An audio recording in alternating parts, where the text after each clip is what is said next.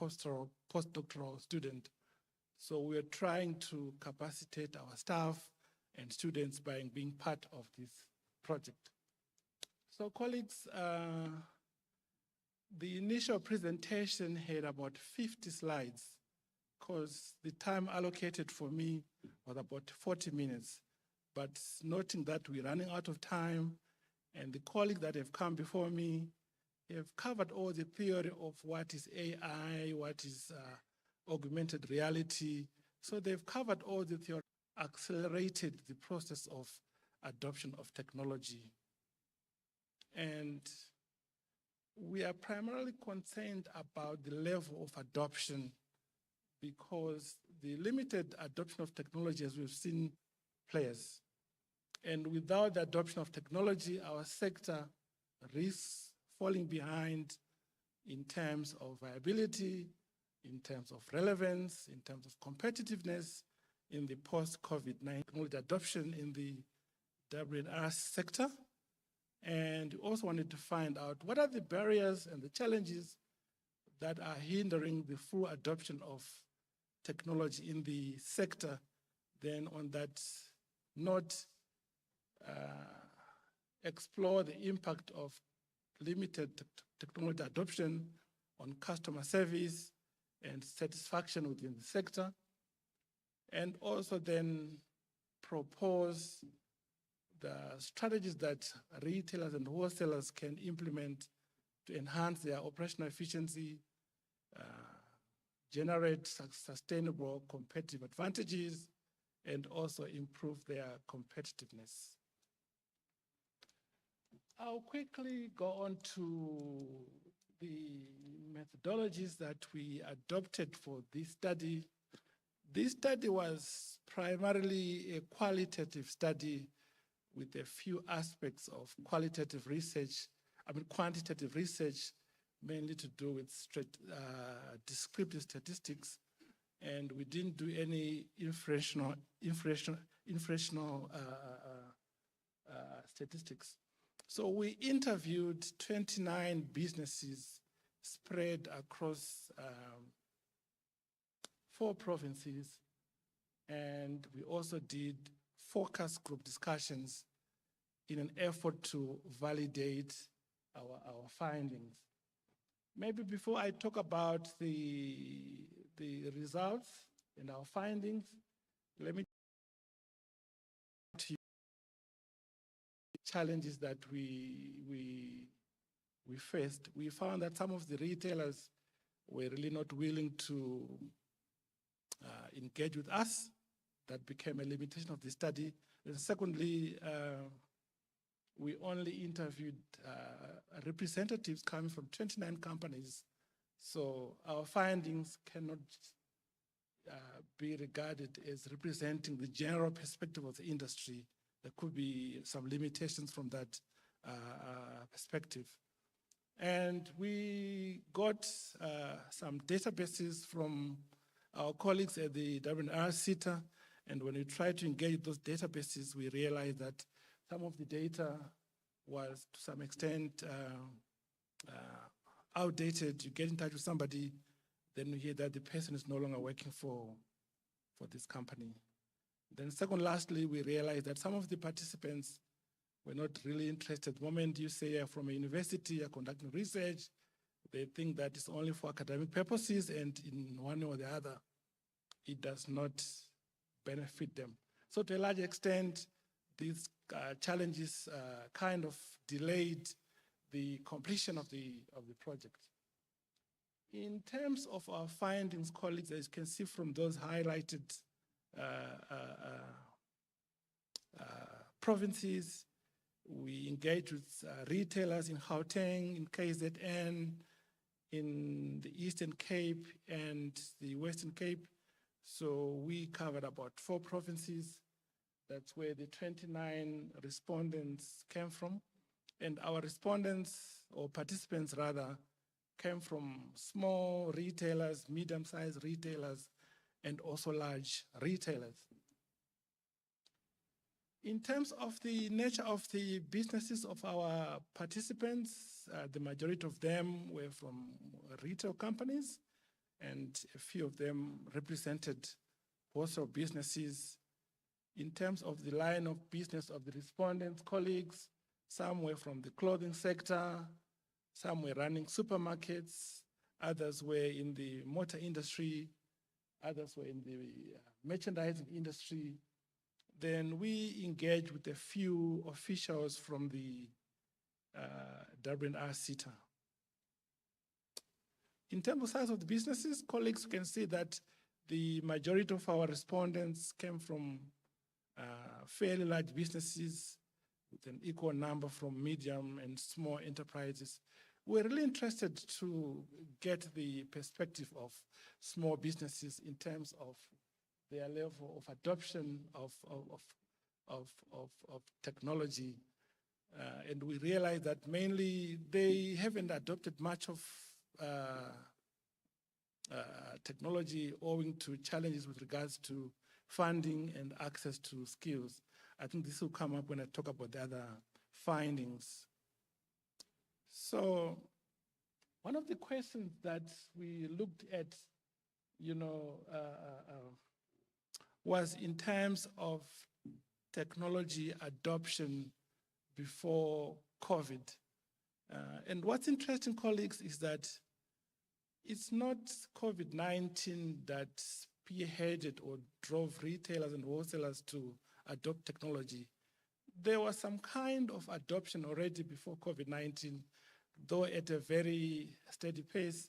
And as I've already highlighted earlier on, that COVID came to kind of pivot or accelerate the process. So as you can see from our findings, about 72 of the respondents indicated that before COVID, in one way or the other, they had adopted some technologies in their business.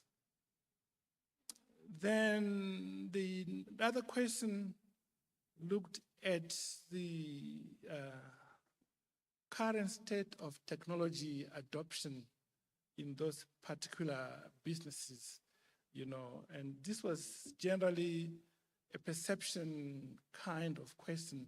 And you can see that the majority were very positive that they regard the adoption as very high, and some were saying that it's average, then a few were saying they have a very low level of adoption of technology. And primarily those that say that they have a very low level of adoption of technology were the small to medium enterprises. We asked a question pertaining to what is the focus of the technology that they have adopted. Companies like Pick n Pay say that it's more to do with big data. Others were saying they use technology for inventory management and automation in their warehouses. This was coming from big retailers that have distribution centers. We had one interview, somebody from Take-A-Lot, that their e-commerce platform is primarily big data and technology driven. Then we asked a question in terms of why there has been this low uptake or low level of adoption of technology.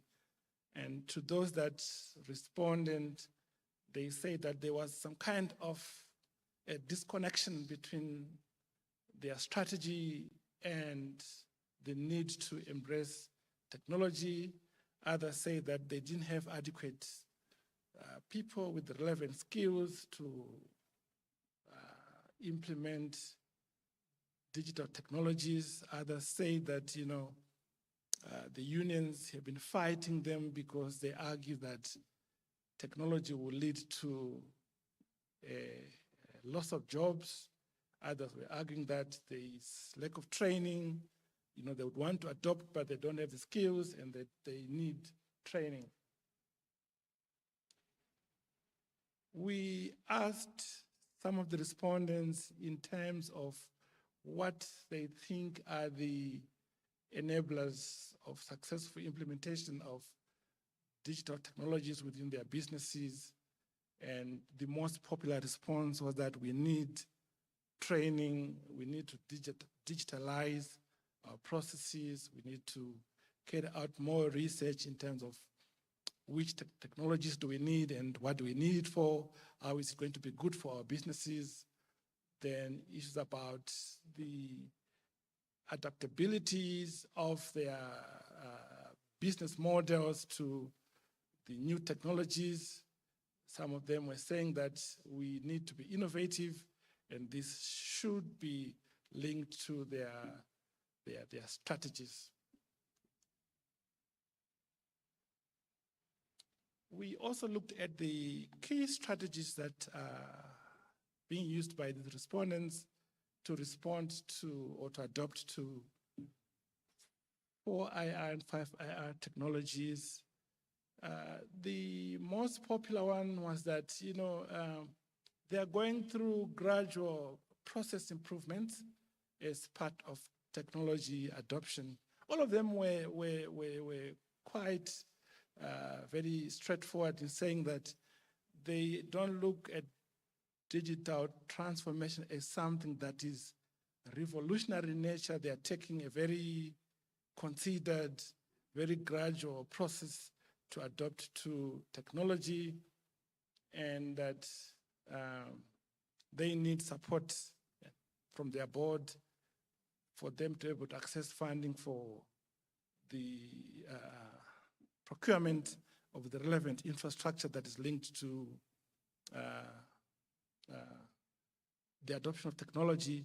Then they also indicated that for you to get support from management and from the board, it's important to clearly express and explain how the adoption of digital technologies will lead to significant increases in the return on investments.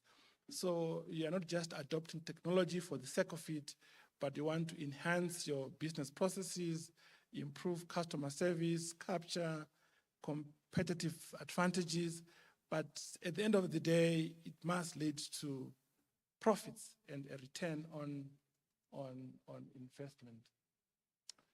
My colleagues that have spoken before me have already talked about these skills that are required, what Prof referred to as the future of work or the work for the future.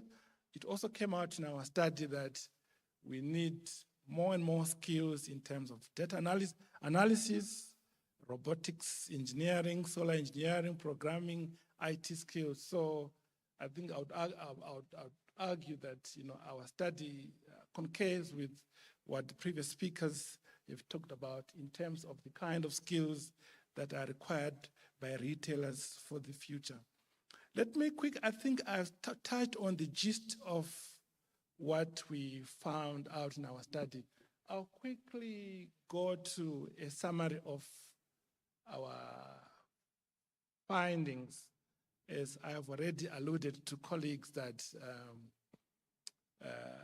it was clear from what we found out from our participants that there has been implementation of digital technologies before COVID, though at a very slow and gradual pace, and the pandemic accelerated the process, and those that have adopted a number of digital technologies attest to the fact that it has helped them in terms of demand forecasting, it has helped them in terms of having access to data about their customers, allowing them to customize their products and services to satisfy and excite their customers.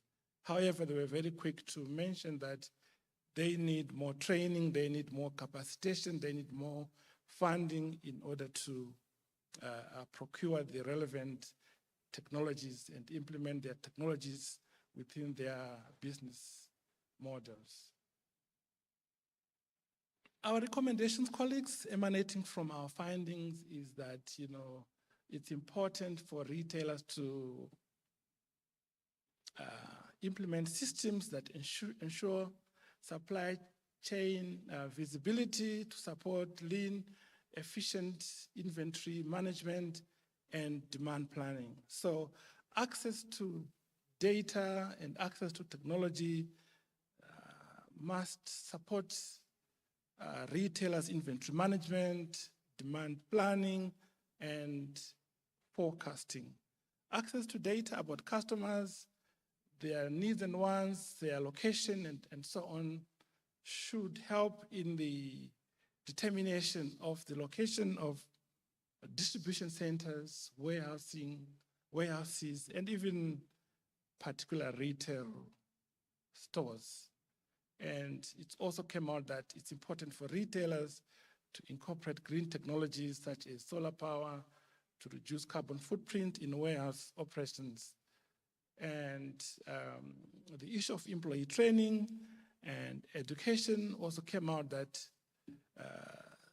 some employees are resistant to the implementation of digital technologies because they think that it will lead to loss of jobs. But they need, like what Joyce has said, they need more training, they need education, and this training and education also does not only be for customers, for employees, but also for our customers. So in conclusion, colleagues, I want to argue that the implementation of technology in the wholesale and retail industry is not optional, it is a must. If you don't adopt, you'll be left behind and you won't be able to compete successfully. It is very important for retailers to continue the process of the gradual adoption of technologies, for them to remain competitive. Much as we've seen in our study that small to medium enterprises have been slower to adopt technology and have adopted a very cautious approach to digital transformation. I think there's need for interventions to provide support to these small businesses for them to automate their businesses. So technology adoption in the sector is going on, but at a very, very gradual and slow pace. With more support and more funding, I think the sector can do well and do better than what is currently doing at the moment. Thank you, colleagues. Any questions?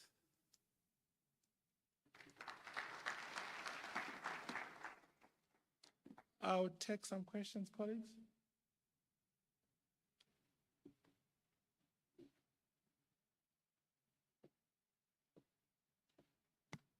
Colleagues, your hands up, please. There's a hand there if your colleagues can assist.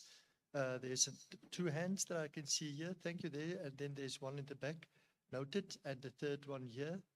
Noted. Thank you, colleagues. Yes, please. You're welcome. All right. Good day, Prof. I just wanted to find out from you if the issue of incentives did come up during your research, because I look at other technologies like social media. You find old people and everybody's crowded around them. So what is the incentive there? People are having fun. So there's something that they get. Now, on this one of migrating to digital when it comes to business, who stands to benefit the most? Is it developers? Is it the business itself? Is it government? Because if we can answer that question of who stands to benefit, I think we can answer the question of how then do we get people to adopt faster. And then also if you can maybe tell us if during your research you found any linkages towards the quality of education in a country and also the quality of lifestyle as well, having a relation to adoption of technology. Because most of the time, even examples from the morning, you'd hear people are saying in the UK, in the US, people have adopted this, have adopted that technology. Is it not because of the quality of lifestyle there and also the quality of education as well? Thank you, Prof.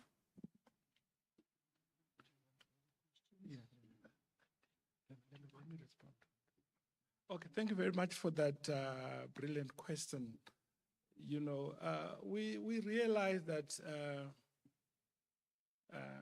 the issue of digital transformation is not just about its adoption, it's about its efficacy and its relevance to your business. When you are running a business, the primary motive is to make a profit.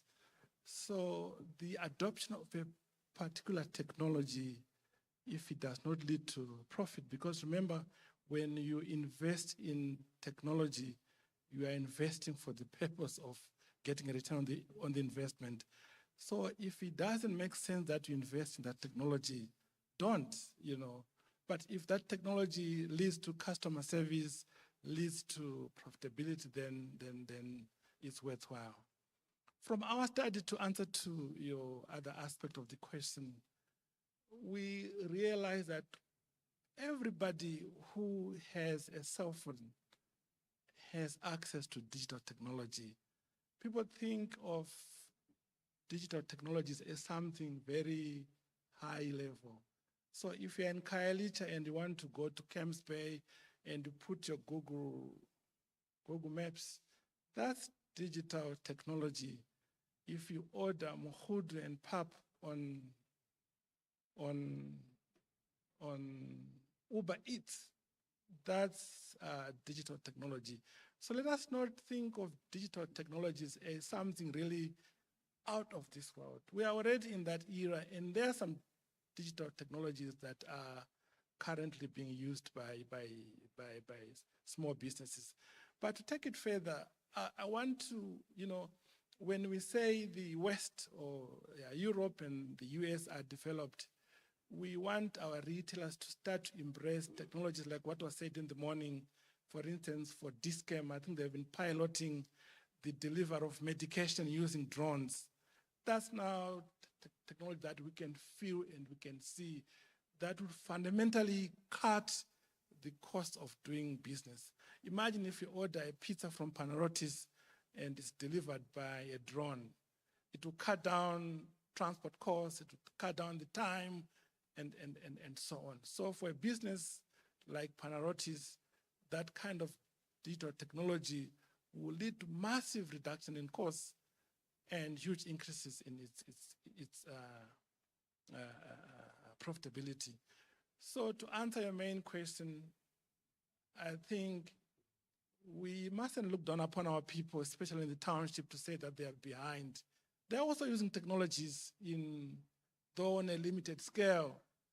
And as retailers, as business people, as academics, like what Joy said in her presentation, we need to educate them. You know, in Cape Town, I always go to some Pick and Pay in an area of Cape Town called Observatory, where there are service, like what our first program director said, there are self-service counters. Even on a busy day, you find more people standing on the till points where there are human beings, and the self-service counter is free. It's ignorance. They need to be we need to educate them, provide information that your money won't be stolen by this machine. It's faster and quicker, and then people can start to adopt. But lastly, technology adoption does not occur like instantly. It's a process, a gradual process, because it involves cultural change, a change in habits, and that's not instant. It will take some time. I hope I've answered your question. Okay,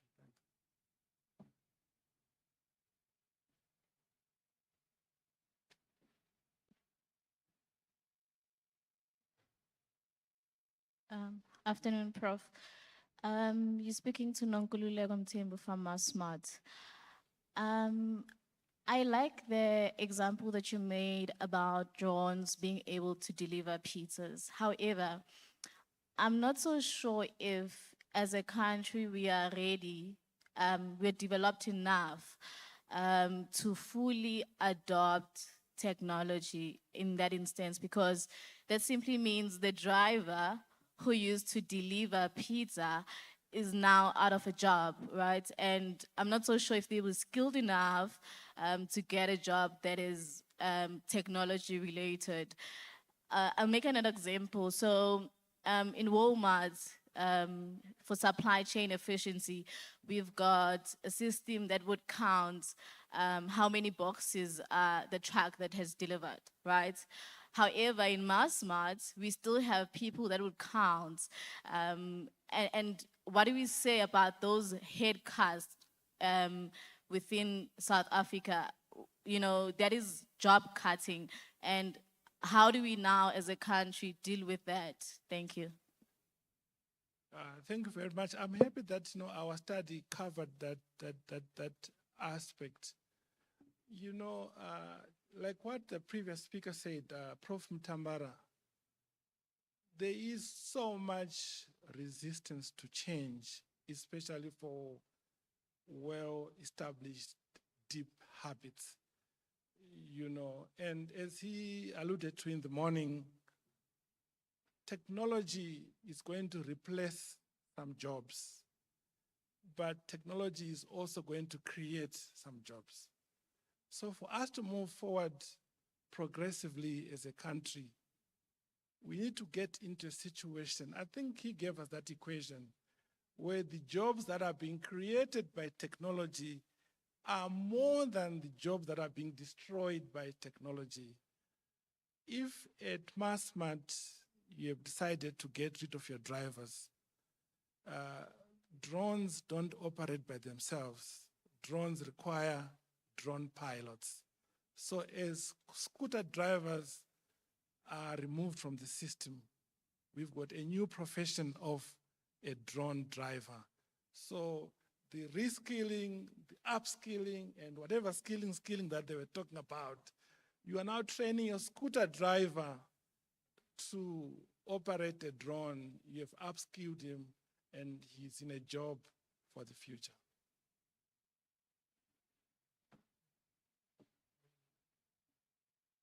Sorry, colleagues, I think I'm just mindful of the time. There was a question here, and then if that is fine, the colleague there at the back, and then if I can ask that you engage the speaker during our next break. So let us allow this colleague here, and then you've been noticed, sir, there in the back.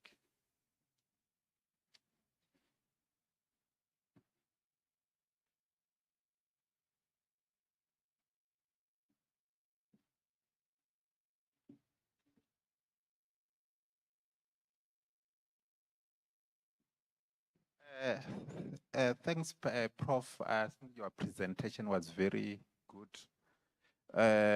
My simple question is, what was the rationale for choosing, I think, 4 provinces? And I can see that Gauteng, which is rich, and also the imbalance. What was the rationale of choosing those provinces, or are they not chooser?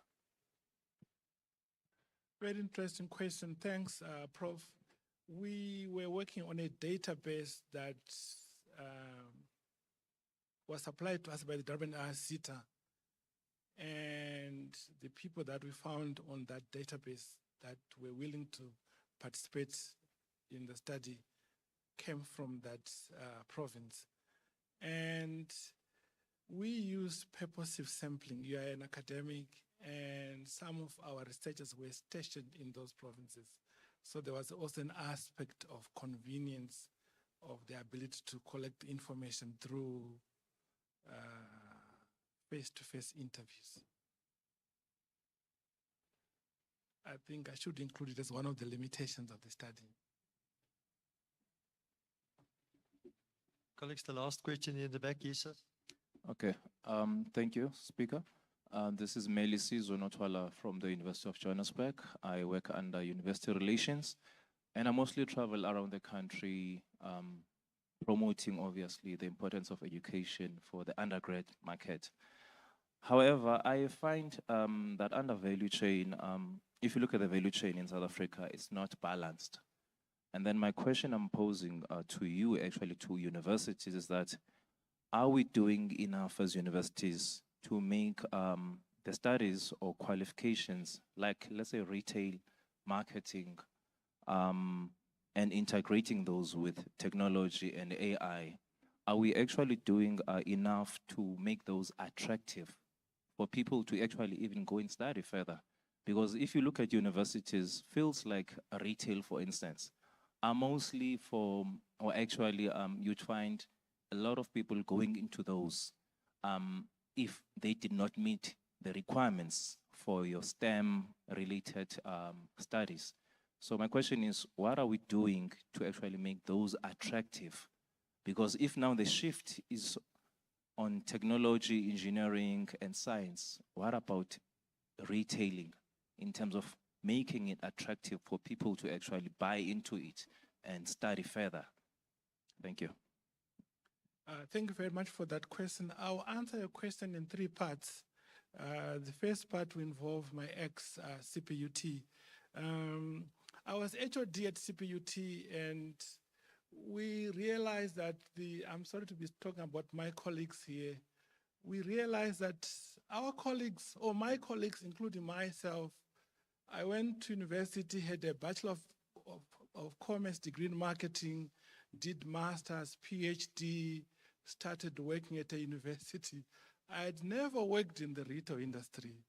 And almost all my colleagues are like that, you know. They gone to university, studied marketing and retailing, and we're basically teaching from the textbook, you know. So I think the Durban Wrseta, they came up with a program called Lecturer Capacitation. And we took some of our staff members to Woolworths, to Pick and Pay, to gain some exposure after realizing that in one or the other, there was a disconnection between what we were teaching in class to the students and what they experienced when they went into the workplace. So that was one aspect of trying to bridge that gap. But to answer your question directly as my second part, we've also realized that, I'm happy that my colleagues have done a study like that, a study that was trying to respond to the belief that retail is not a career of choice for many students, you know. I think, colleagues, retail to a larger extent is misunderstood, you know. I think it is a responsibility for you and I who are in the industry to educate our students to say, retailing is not all about being a merchandiser at ShopRite or a cashier at ShopRite. All these technologies, as you are rightly saying, apply in the retail industry. You can be a drone pilot working for Massmart. You can be a digital content creator working for Takealot.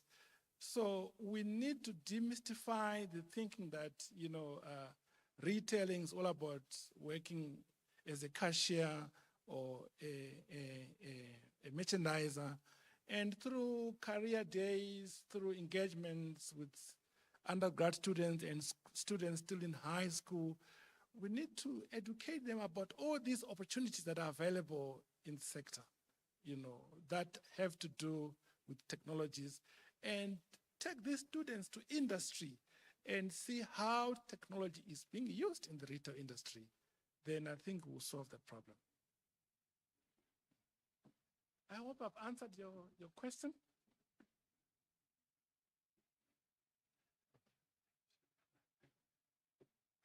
Thank you. Let's give the speaker a hand. Thank you, Prof.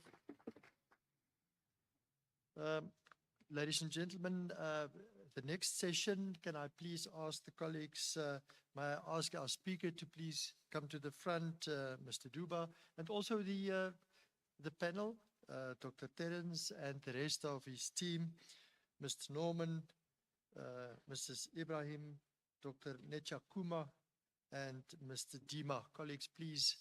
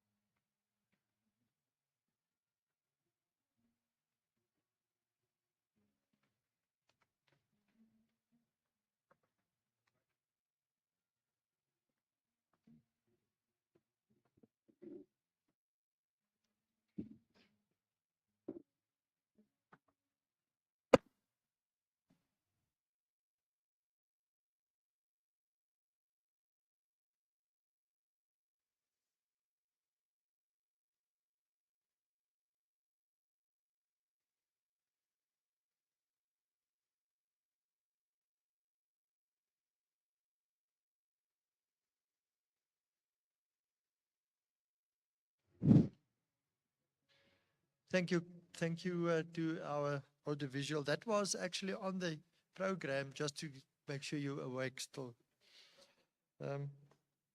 Colleagues, thank you for this session. As a reminder, please don't forget, when we're done with this session specifically, don't leave, because there's also a closing session that will be done by Mr.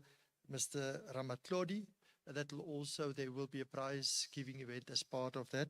But before we get there, please allow me to introduce may I please again ask that you have a look at the colleagues that's part of the panel, to their curriculum vitae, their bios. I'm briefly going to introduce just our speaker, and then also the chair of the moderators that will take this forward.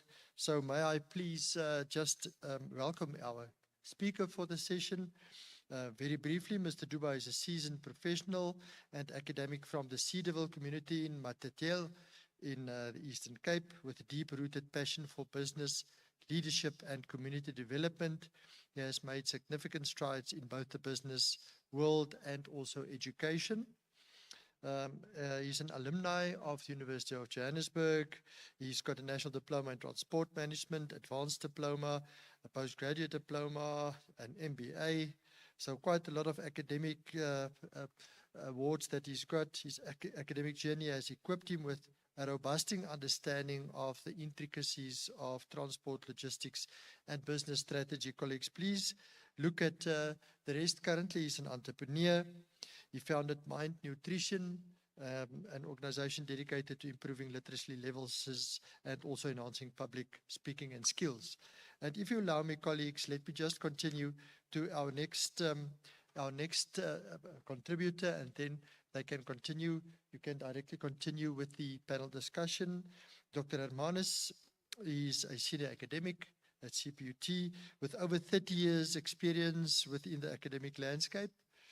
He has been involved in numerous academic publications, ranging from book contributions to journal publications, and is very active within the sector. He's worked for a lot in the sector, Union Mart, South African Breweries, Click, Shell, Puma, Pastel Clothing. And I've also seen that he likes rugby and walking with his dogs. And I was wondering whether he likes to take his dogs to rugby, but I won't ask him that. Colleagues, I'm handing over to our speaker.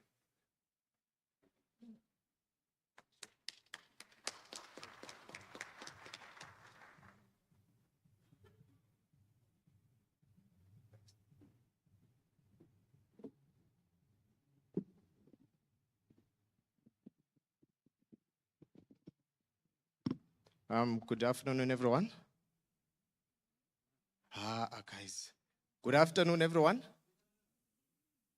I need the energy. I'm the last speaker, please. You know what? I'll do something. I'll go stand there, and then as I'm coming, please welcome me with a warm welcome. Please clap. Please scream. Please whistle. If you have to beat each other up, let it be chaotic as I'm coming.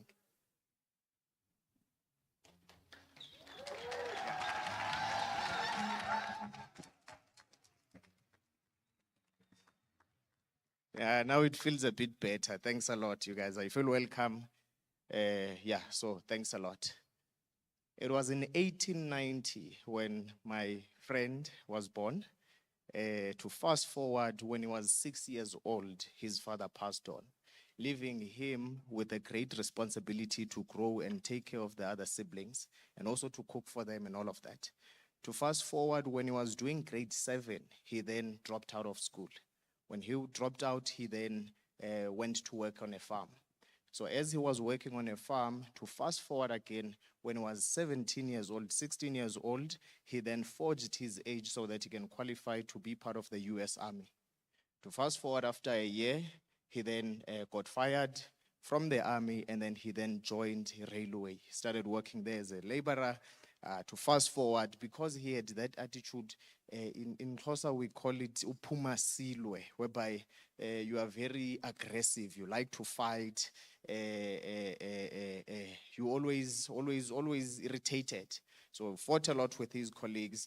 To fast forward, he got retrenched, not retrenched, fired from the railway, and then he then found a job within the sorry guys, within within the insurance space. He sold insurance.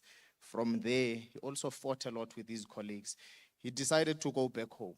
So when he was back at home, he started a business within the ferry boat services. That didn't even last for a year. Started another business as well within the lamp manufacturing space. That didn't go far. And then he started selling chicken at service stations. Okay, sure, thanks. Started selling chicken at service stations, and then one of the competitors, they had a nice heated argument, which then resulted to a deadly shootout. To fast forward with that chicken business, he then bought a motel. From the motel, started trading the restaurant at the bottom. When the business was booming, then that motel bent down from A to Z, everything. Gathered a bit of strength, financial muscle, and then he rebuilt it. When he was done rebuilding it, then World War II started. And then he was forced to close and shut down. To fast forward, when World War II ended, he then continued with his business, trying to sell his secret recipe. He tried that for about 1,009 times. And then on the 1,010th time, that's when history was made. And that friend of mine is Colonel Sanders, the founder of KFC. And then when he was 90 years old, there were about 6,000 KFC outlets in 48 countries. To fast forward a bit, in 2013, there were about 18,000 KFC outlets in 118 stores, countries. Now, with all that has been said, he has contributed a lot towards the betterment of the retail space. And all I'd like to say to you guys, if you are going through a series of rejection, a series of setbacks, remember this guy's story. Good afternoon, everyone. My name is Bapile Tuba, and I am from the United States of Africa, in a small province called South Africa, in this Eastern Cape, Ematatiele. That's where I'm from. And then because of time, I'll just take you guys through my presentation. It's part of the research that I've done. Did it last year, concluded it this year, and then published this year as well. So the title of my presentation, it is Revitalize Paper, Revitalizing Retail Innovative Strategies for Boosting Employee Morale in the Age of Digital Technology. Now, this is the structure of my presentation. I'll be going through a bit of the introduction, the objectives, literature review, research methodology, the results, conclusion, and also a bit of the recommendations. Now, as the digital technology continues to evolve rapidly across various sectors, various industries, it has disrupted a lot of industries, a lot of sectors, of which, unfortunately, retail finds itself to be one of those sectors that are heavily disrupted. Now, this primarily is caused by the rise of e-commerce trends and artificial intelligence, which has now significantly affected the traditional business of brick and mortar structures and all of that. Now, when it comes to the retail industry, it has undergone a massive transformation process, which then gets to impact, or that is impacted by the digital technologies. And these changes affect both the working habits and the purchasing habits of customers. With all these changes, these are some of the things that are happening. Now, the current situation that is happening, it has led to a prevailing feeling of job insecurity among retail workers who are experiencing uncertainties regarding their future direction of their employment prospects within the sector. Now, I'm not so sure if you guys saw recently, there's a company called Snatcher. And Snatcher is one of the companies that are selling items online. And when it comes to Snatcher, they recently announced, a few weeks back actually, they recently announced that they are closing shop. So what these guys did was that they would import products, low-cost electronics from China, and then sell them here in South Africa. In 2019, 2020, 2021, they would make on average an annual turnover of 25 million. Business was good. And then recently, this year, in January 2024, Temu started trading in South Africa, and that disrupted their whole market because the very same electronics that these guys were selling Timo would sell it way less than what they got it for. And those are some of the challenges that are affecting our businesses right now. And part of the challenge that they were going through, they also noticed that when it comes to the employees, they were also generating coupons for themselves and then buying and putting large orders within the company, buying for themselves without any money going in. So those coupons would be generated when someone needs a refund, for example, talking about taking care of your employees. And that's what I'll be mainly focusing on my presentation. Now, when it comes to employee morale, it is the state of employees to feel fulfilled and engaged in their work. It is paramount to maintaining high levels of productivity.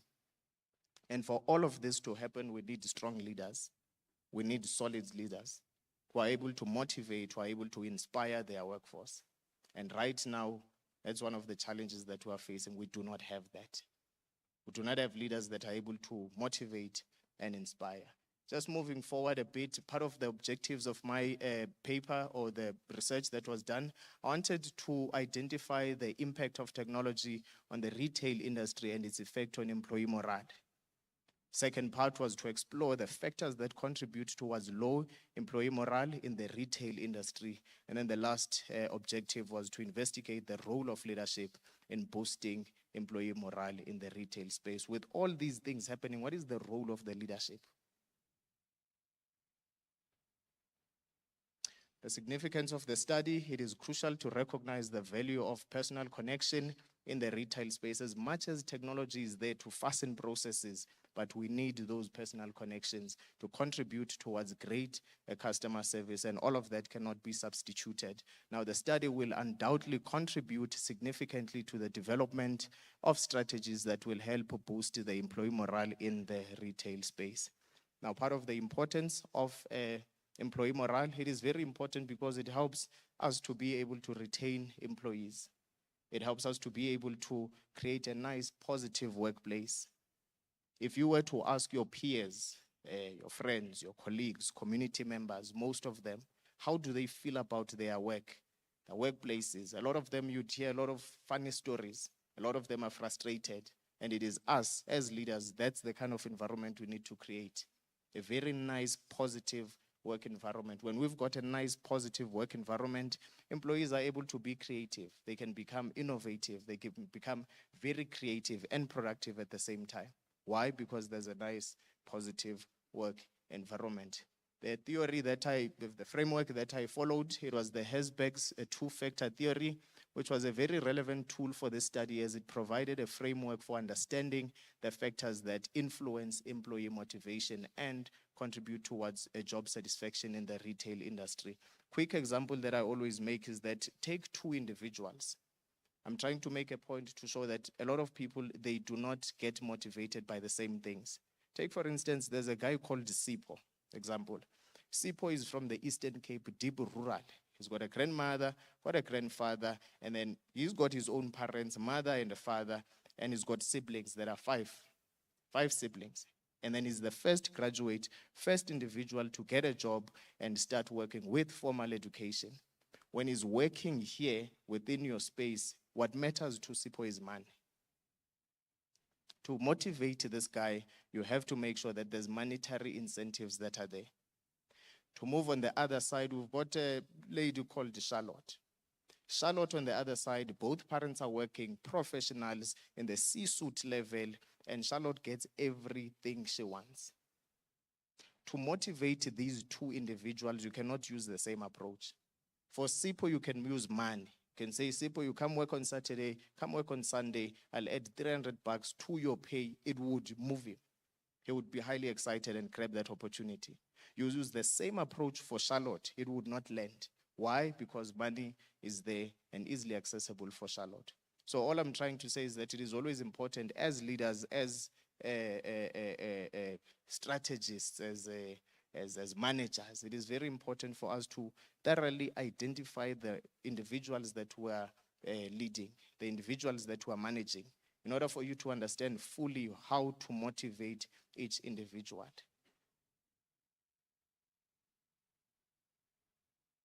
Now, some of the factors that affect employee morale, it is job security, work-life balance, communication, recognition, and rewards. When it comes to recognition and rewards, that's where the Charlotte lady comes in. To motivate Charlotte, you need to use things like recognition and rewards.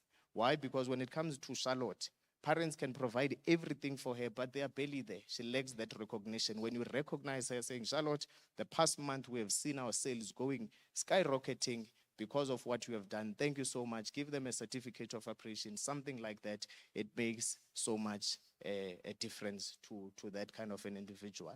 Now, some of the innovative strategies for boosting employee morale, they include things like training and development. They include things like rewarding employees, embracing technology. I like almost all the speakers that have went before me, they spoke about embracing technology. Technology is here, it is here to stay, it is here to disrupt, it is here to better. We have to embrace technology. We cannot run away from it, unfortunately. Consistent communication, open door policies, team building, gamification, and the work-life balance. So when it came to the whole research and some of the strategies that we picked up, one of the main ones that stood out and that I found to be very interesting is the gamification part. And it says that gamification is the technique of incorporating game mechanics and design features into situations that are not games to engage and inspire individuals to do and reach their objectives. Now, employers may create a more stimulating effect and effect work atmosphere by creating games that encourage teamwork, competition, and prizes for achieving specific goals. So these are some of the strategies that our leaders can start using. The research methodology that I used, it was a mixed approach, quantitative, qualitative approach, and now to get the qualitative data, structured interviews were held with the retail managers and supervisors. Now together the quantitative data surveys were generated using Google Forms and was sent to retail employees, your cashiers, your sales associates, customer service representatives, and the likes. Now, using both these two kinds of data collection, it helped the study to become much more richer. It helped the study to become much more richer in terms of us gaining access to deeper insights from the manager's part and from the employer's part. And then the data was analyzed using descriptive statistics and frequency analysis. Now, part of the results, just to move faster because of time, when these guys were asked, have you observed any changes in employee morale after the implementation of new technologies, about 54% of them said that their morale has remained the same ever since new technologies were implemented. Now, 27.3% of them said that their morale has improved ever since new technologies were implemented. 9.1% said that they are not sure, they haven't observed anything, whether there's changes or not. And then the other percentage is that the morale has decreased ever since technology was introduced. Now, when it comes to this one, do you believe that your superiors value and appreciate your opinions and ideas? 50% of them said yes, which was good. I liked that outcome. But 30% of them said that maybe they're not sure that these guys do they value and appreciate our opinions and ideas. And then 19.4% of them said that no, they do not feel valued, they do not feel appreciated, they don't feel like their ideas and opinions are taken serious. How would you describe the work-life balance at your present job? 62% of them, 62.9% of them said that it is a fair work-life balance, that they've got a fair work-life balance, which was good. And I think a lot of leaders should learn a lot from that. 17.1% of them said that they have a good work-life balance, which is good. 14.3% of them said that it was a poor work-life balance, and then 5.7% said that they are not sure. What would you say to the employee, what would you say the employee morale is like at your workplace?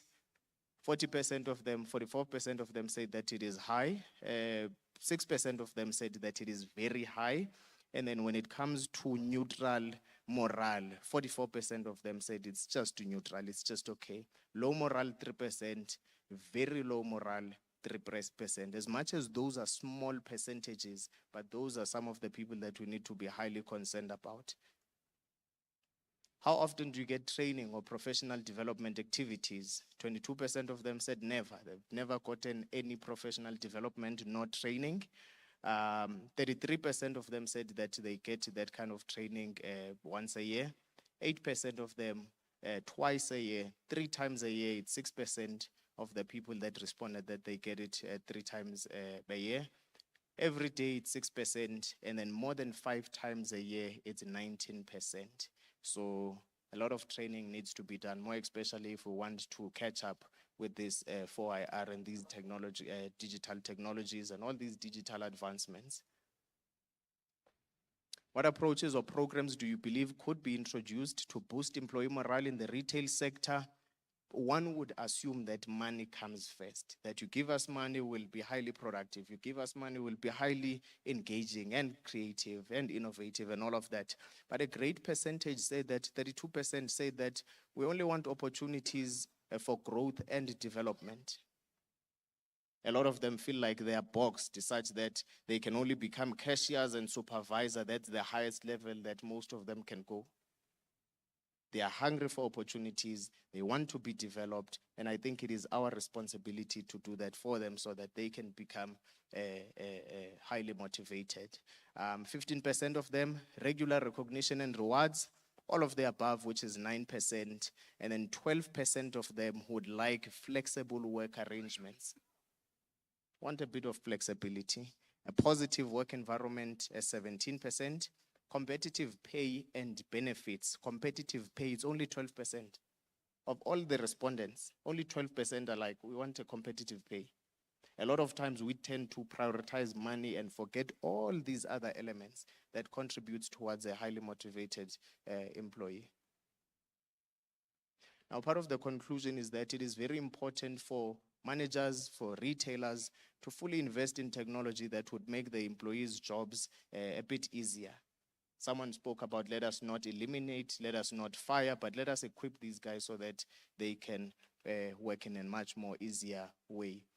Putting an emphasis on employee engagement and well-being is another crucial strategy.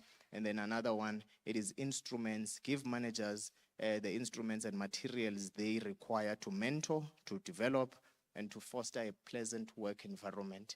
We always have got all these big requirements and these big expectations for the people that we are leading without us giving them the necessary tools and the necessary material for them to be able to execute the activities. Invest in continuous training and development of employees. Someone said that, what if I invest in these guys and then equip them, spend a lot of money on these guys, and then they decide to leave? And then the guy that he was speaking to responded, what happens now if you don't train these guys, you don't invest in these guys, and then they stay?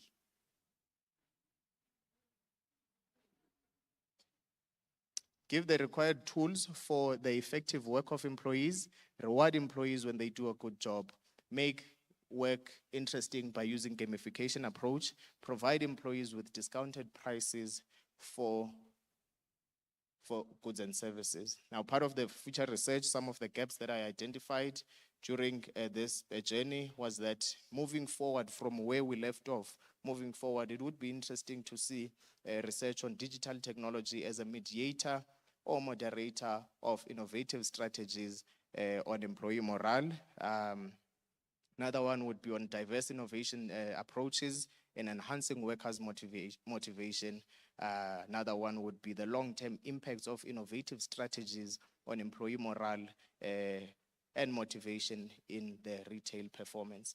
With where we are right now, it would be nice to see, after implementing these strategies, moving forward, how would it look like? Okay, I think now I'm being told that I'm done.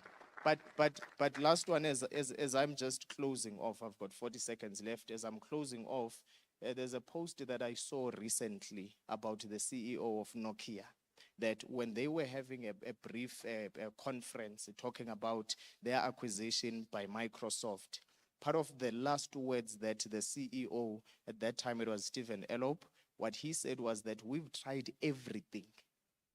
to the best of our abilities, but we just lost. And I think that's one thing that we should always understand as leaders here, that if we are not innovative, if we are not trying by all means to advance ourselves, competition is not sleeping. Competition comes in very robustly, competition is very aggressive, and it will make you to appear as if you've never existed. If you are looking at the current trends within the retail space, you start slowly noticing that it's not only about digital advancements, but also a lot of business models are changing right now. You start looking at, who would have thought that something that I saw, Mr. Price, you can start now sending money from Mr. Price to another Mr. Price. That's a clothing sector, right? Who would have thought that such a sector would then end up becoming a great competitor to the banking space?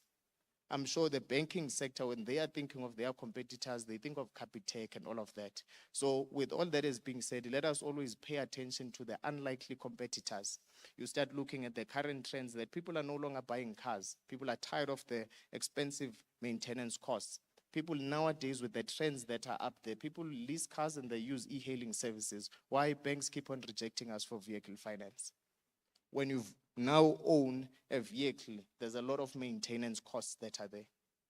Look at PEP. You can send money with PEP, and you can also send goods using PEP. What's happening to the transportation sector? So all I'm saying is that let us always, as much as we are trying to be strategic, innovative, implement technology, but let us also assess the business models of the entities that we are in and try to be as innovative as possible. With that being said, touch your neighbor and say, let us innovate. Thank you, Mr. Duba, for a very interesting and thought-provoking presentation. Thank you for inspiring us with your story about Colonel Saunders. I think the fact that he can start a business at 67 should inspire us all. Yeah, I know there's a big push in South Africa for the 4-day working week. You know, that's working in the UK and other countries. So I don't know if we're ready for that yet, but I'm sure somebody from the floor might want to engage you on that. So colleagues, allow me to introduce my panel. I think we'll have our panel give their feedback and comments, and then we'll open the floor for some questions, and Prof. Ray can coordinate the discussions if there's time for questions. So colleagues, I have Mr. Norman Mafuratutsi, is a marketing researcher from UJ. We have Ms. Ridwana Ibrahim, she's also a marketing researcher from UJ. We have Dr. Nkolazeni Nchakuma, he's a postdoctoral researcher at UCT, and Mr. Ntlantla Dimba is the principal at Tashana TVET College. Colleagues, welcome. We've got a few minutes, albeit limited. I'm just going to open up with a little story it made me this morning based on the presentations we saw. Reflect on a day in my life in 1985, taking you way back when Thriller was still amongst us, and a few of my school friends and I decided to take the day off from school. The reason why we took the day off from school was the local Pick n Pay was opening, and this store was going to be using scanning technology. And we walked the 5 kilometers to the store to observe this new technology. And I stood there, you know, as a 16-year-old, watching the staff very proudly use this technology, scanning these items, and you know, the prices came up on the screen. And fast forward 41 years, and I'm not too sure that the staff within the sector are having the same enthusiasm, levels of enthusiasms.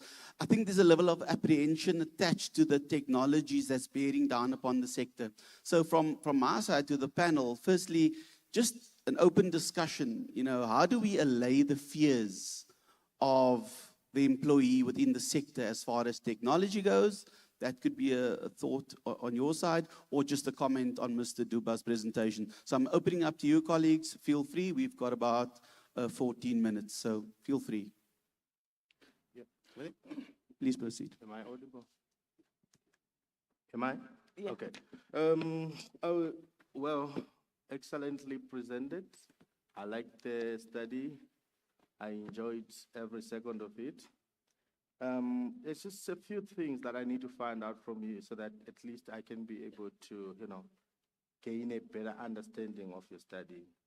You said it was a mixed method study where you combined your qual and quantitative methodologies. Result, I saw quite a lot. Did you focus on just one retail group, for example, the Pepco group, or maybe the Massmart, or you went for the ShopRite group? Who did you actually engage with? Base, because you talk about digital technologies and you see that the closest that comes to them is WhatsApp. We communicate using WhatsApp with our team, type of a thing. And then when it comes to the sample size, it was 55. 50 retail employees and then 5 interviews. That's what we were able to get. And then in terms of who did we go to, we structured it in a sense that we cater for all LSMs just to try and understand if makes them a Pick and Pay, middle class, and then when it comes to Woolworths, we looked at it from a higher class perspective so that we can try and have a general overview of what is happening within those spaces. All right, thank you. I will allow you to continue then now. I was a bit worried when I heard my professor saying the WNR Wrseta has not fully adopted 4IR. The big question that came to me was, how does this affect employee morale? That was the question that came to me.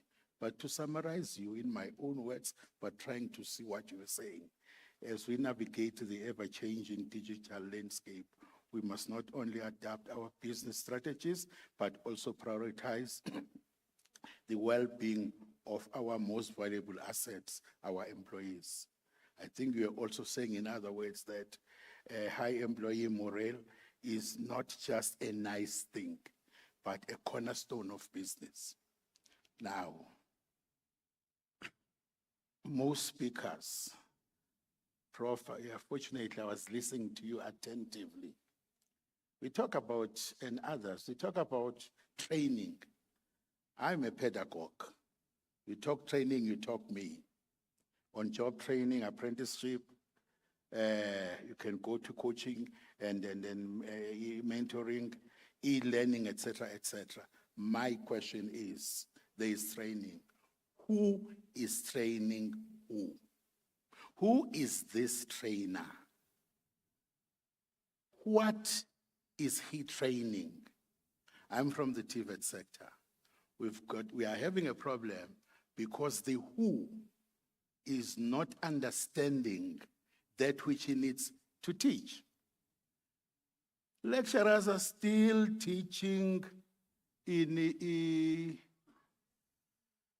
what's this thing when you come to a counter at Pick and Pay, you ask for inquiries, what's that counter, and support.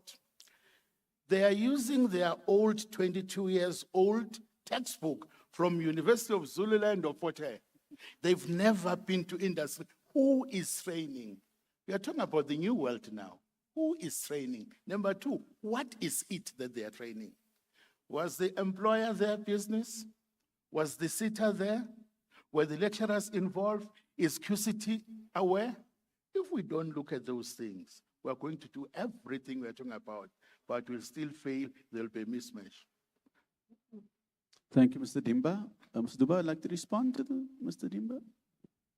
Honestly, I think it's a very challenging question, and it puts everything into perspective. Of course, we've been, as you said, that we have been talking about training, but who's training who? I think one professor, a previous speaker, mentioned that he's always been within the academic space, never stepped out into the retail space, but we are the ones who do the teaching in class.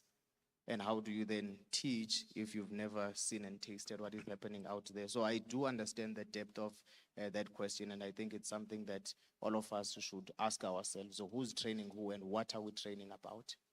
And I think maybe when there's a new technology that is out there, maybe inviting the guys who are supplying the technology to come and do the training.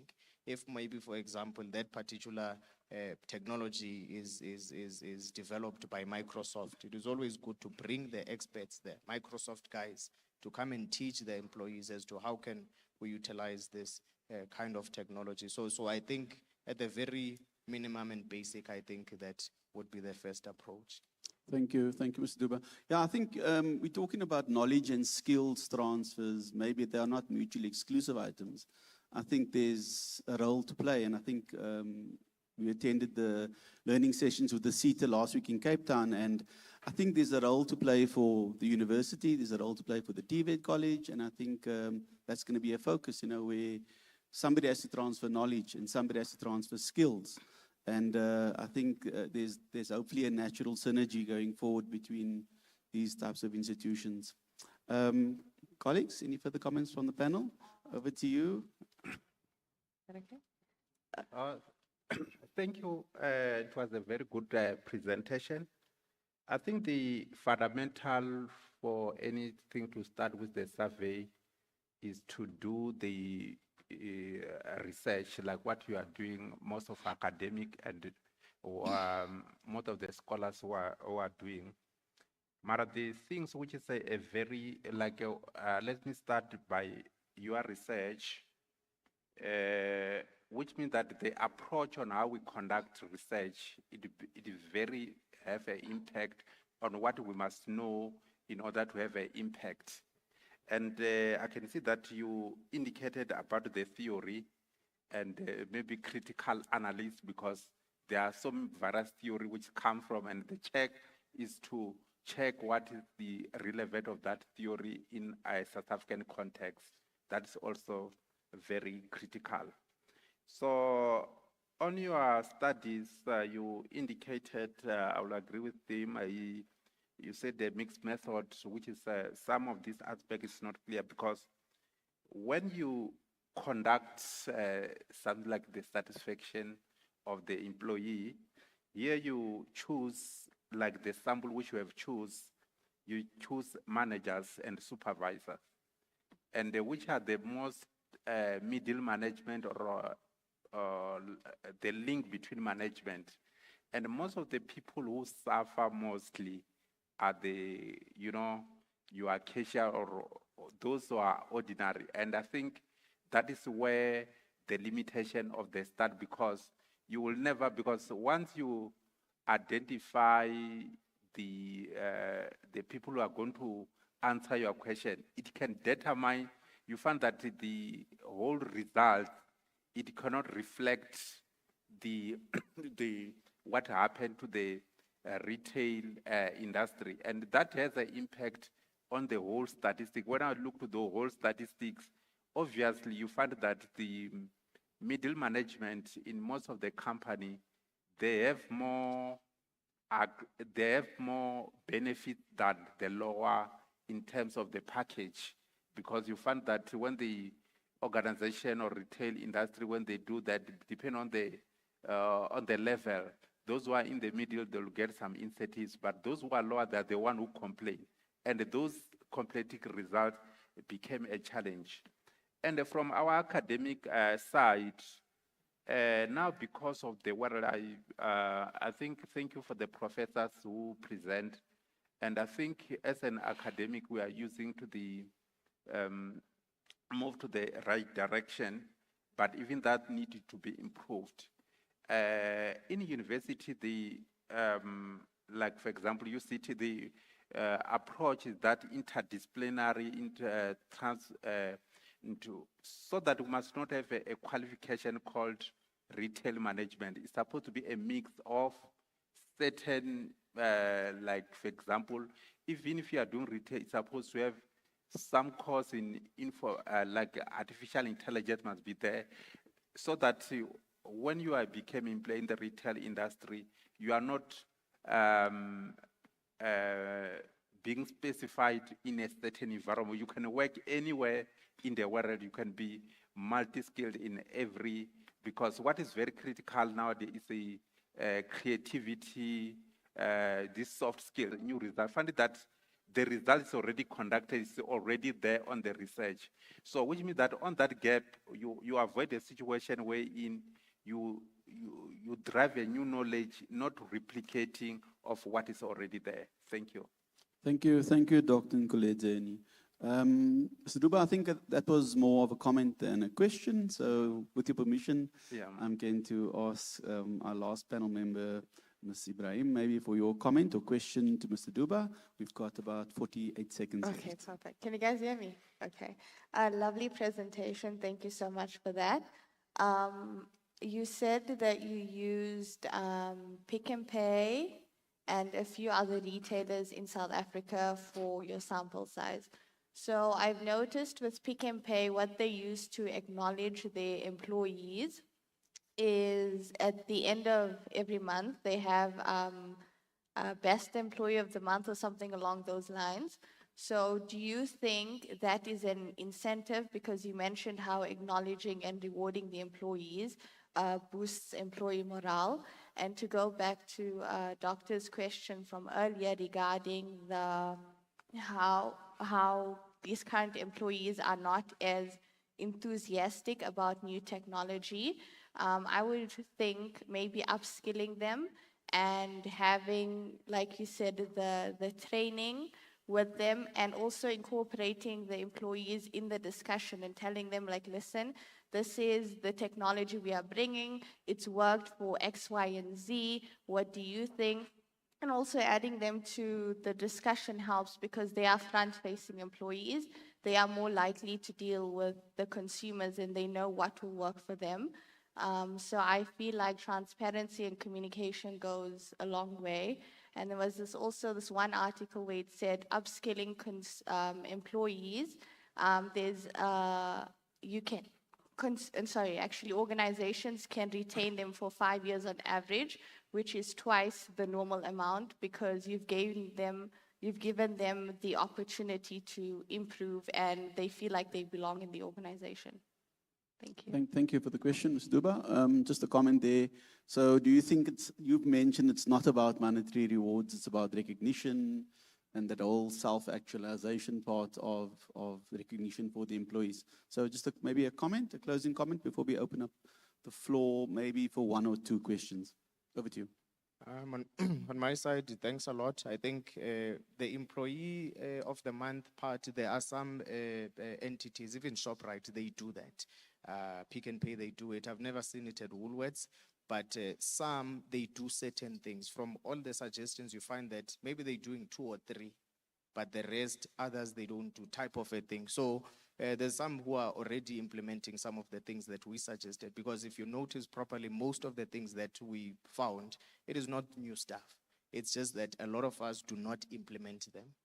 And this study basically showed the importance of that, as to this is what the workers are saying, take them serious, type of a thing. So more than anything, I thank you for that. And communication, it is very important, because now you find leaders coming up with these big strategies, but are not able to break it down to the lowest level employee so that they fully understand what the strategy is about, where are we going. Because the moment communication is transparent, because the moment communication is clear, it becomes very easy for everyone to buy into the strategy and have that common ideology working towards the goals. So thanks a lot for that.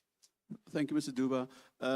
Thank you, panel members. I think on a lighter note, maybe, I think the Woolies employees are just happier because they're taking home all those waste foods, that lasagnas and cottage pies. That's why they're so happy.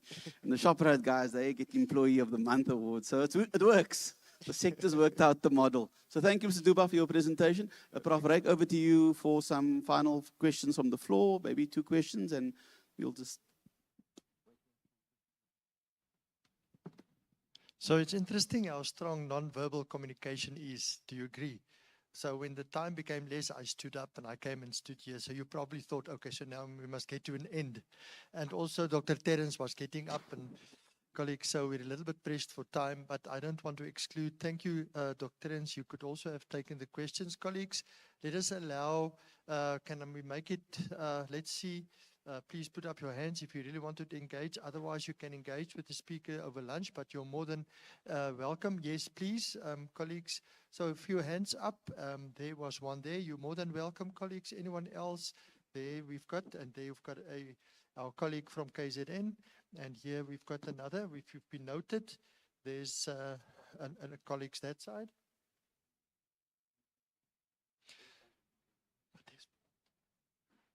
Okay, colleagues, so I'm going to allow only those 4 questions now. Can I ask you to keep it brief and also for the responses to be brief and to the point?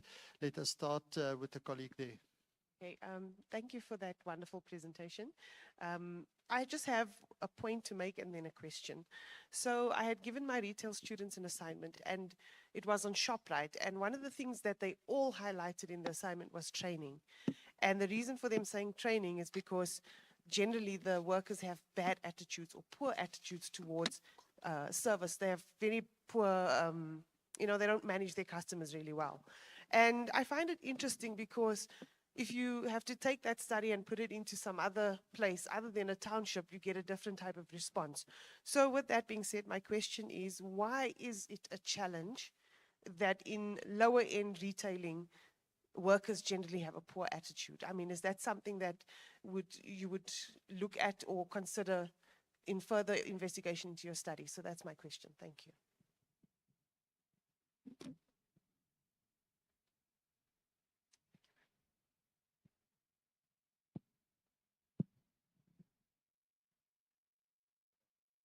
Yeah, I think it would be healthy to just get all the questions and then I'll respond once. I think considering time and all of that. Yeah. I think she stole my question. I wanted to ask the same.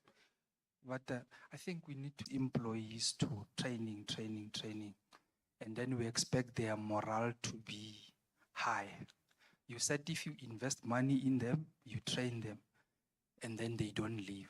And then the other concern was that if you invest money, then they leave.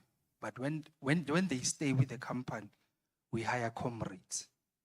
We don't acknowledge them. So the responsibility is also on the employers to ensure that when these people are trained, there's also a deliberate intent for them to have upward mobility to grow. Because people can train.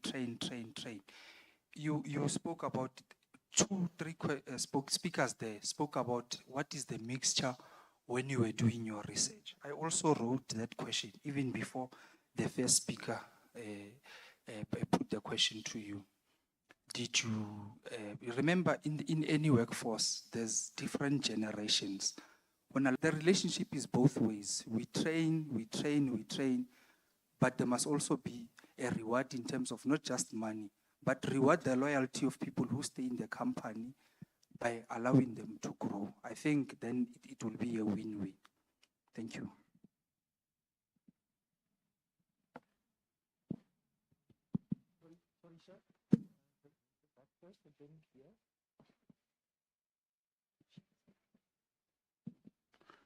Mr. Duba, thank you so much. I think that was a good presentation.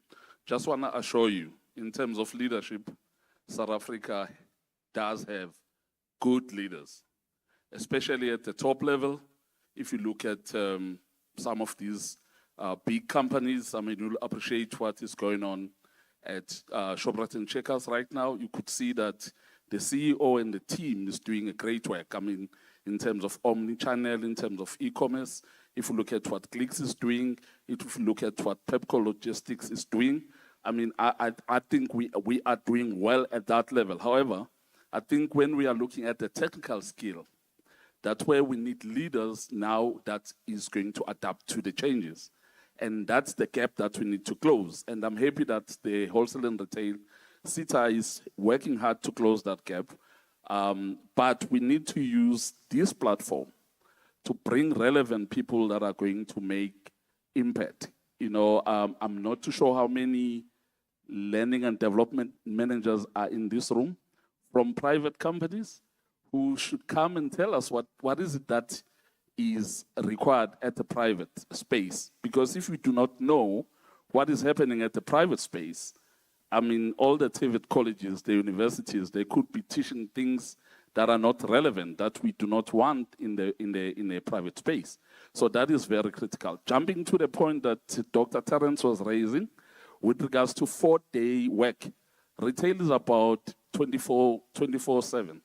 And if that is the case, I'm from logistics, and I can tell you there are a lot of limitations in logistics. One, because of labor laws in South Africa that are very stringent, that we need to talk about and stop being emotional about it. and saying if the retail industry need to strive, we need then to open up our labor laws. We still have issues that has to do with infrastructure. You look at what is happening with Transnet right now.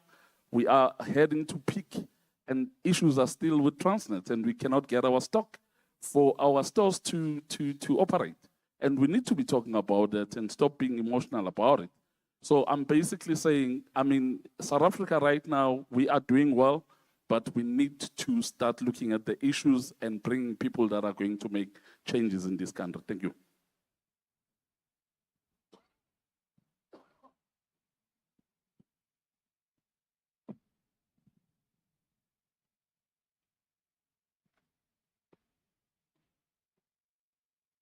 Thank you, Chair. Good afternoon, everyone. Thank you so much, Mr. Duba, for a thought-provoking presentation. I have a comment and a question. So the question that I have pertains to your presentation. In your presentation, you mentioned the different approaches that retailers can use to ensure that the morale of the employees are good. But I did not see the how implementation, right? Particularly to your flexible work arrangements. So retail industry is a very demanding industry. And from time to time, retailers battle to balance satisfying their employees and also satisfying consumers. So how can retailers ensure that they implement your approaches and also be monitored from time to time? Okay, and the comment that I have is regarding the lecturers, right? A lot of speakers mentioned that within institutions, a lot of lecturers do not have experience or even qualifications. So with that, I would rather recommend a collaboration between industry and institutions. And I believe both those two parties, it should be their responsibilities, not just only relying on the lecturers to collaborate with industries. There are different approaches that lecturers do implement to sort of like bridge that gap, like providing guest lecturers, and also ensuring that students do go out there to get that experience. But then it's also very difficult to keep up with the industry because the industry is moving at a very fast pace. So hence I'm recommending collaboration between those two parties. Thank you. No, thanks a lot, you guys. I like the collaboration part. I think it also answers a bit of the question that was asked earlier on, how do we get this training? How do we develop? Who develops who? But with collaboration, I think we would be able to deal with a lot of challenges that we are facing and come up with a lot of strategic solutions. And I think when it comes to the attitude in townships, that's where a leader that is able to inspire and motivate comes in. Of course, there's no blanket approach and one formula that one could implement. But I think with one of the interviews that I did with one of the managers, I remember she mentioned that when it comes to her staff, to her colleagues, she always encourages them to do short courses. Of course, with the company, there's limited training that the company offers to the team, but she always tells them that when she looks at her journey, she started as a cashier, the very lowest point that I made, that as leaders, it is very important for us to understand the people that we are leading. If you notice that someone has got a horrible attitude on a particular day, it's quite important to understand, try to understand what is the why behind that attitude. And you might find out that there's a lot of challenges that they maybe are going through at home, and you saying that maybe you can take a day off to deal with the pressures that you are within the cashier space. The other day you are in the kitchen, type of a things, just so that one can accumulate all these skills. There are a lot of good leaders, without a doubt.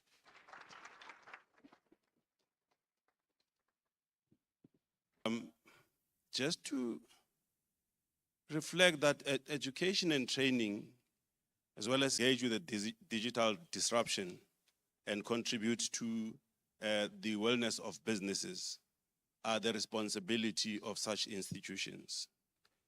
The so-called new normal has now become our everyday reality. And to embrace that, to achieve this, we all need to be deliberate, yet cooperative, and in partnership in continuous auditing of the skills that the sector has got, and compare that against the skills that are required by the sector and the industry in order to meet the ever-changing business. I'm being disrupted here by way of reminding that I must issue some awards. I thought maybe let's just wrap up, and so that we are able to give these learners the recognition that they, and so forth. These are the changes that are inspiring the industry, but at the same time, there are those that come with the developments around your technological and digital space, authority and protocol. With artificial intelligence being superior to machine learning and deep learning in that order. Now, you also touched on the role of decisions for the work that would be visited upon all industries, particularly ours, in the future. And this includes having to look at beyond the limited formation roadmap, build talent bench, adopt a new operation model, embed data everywhere, produce distributed technology, to go back to skilling, reskilling, and also augmenting what we have in order to meet the future challenges. All the speakers that have been here, and may we also acknowledge that the speakers and the panels went on a journey that advanced the question that artificial intelligence, IR4, 4IR and 5th IR, all of them have visited our space, and it will be very unfortunate if we continue to do the things as if it was in the old order. Digitalization, technological advancement, and all other spaces within AI, 4IR and 5th IR cannot be taken to be business as usual. We need to be agile, we need to change, we need to look at the best possible ways where we look at the disruption as an opportunity to develop interventions that would make us remain relevant and sustainable. We also have learned that we need to be innovative if we are going to confront the challenges that are there, and also go on to look at changing the mindset. Event of COVID-19 visiting us, it has event of COVID-19 visiting us. It has helped to fast track the uptake and tuition. And this includes tuition. And this includes the knocking of the morale of employees, not only as well as participants in the panel. But most of all, let us thank the brains that went to work to ensure that this gathering is convened. Leading the board and the CEO leading members of management, we cannot thank you enough. This cannot be the be-all and end-all. We know for a fact that not everyone would be happy out of this session because some of their questions may not have been answered, some of their interests may not have been met immediately, and their wishes. But we believe that we have set a solid tone between now and the next research conference. We would be able to have interacted with each other, the sector, the role players, and intervene. Your effort for being here. You all know that this is not the end of the day. Maybe they should come first. They must not absent.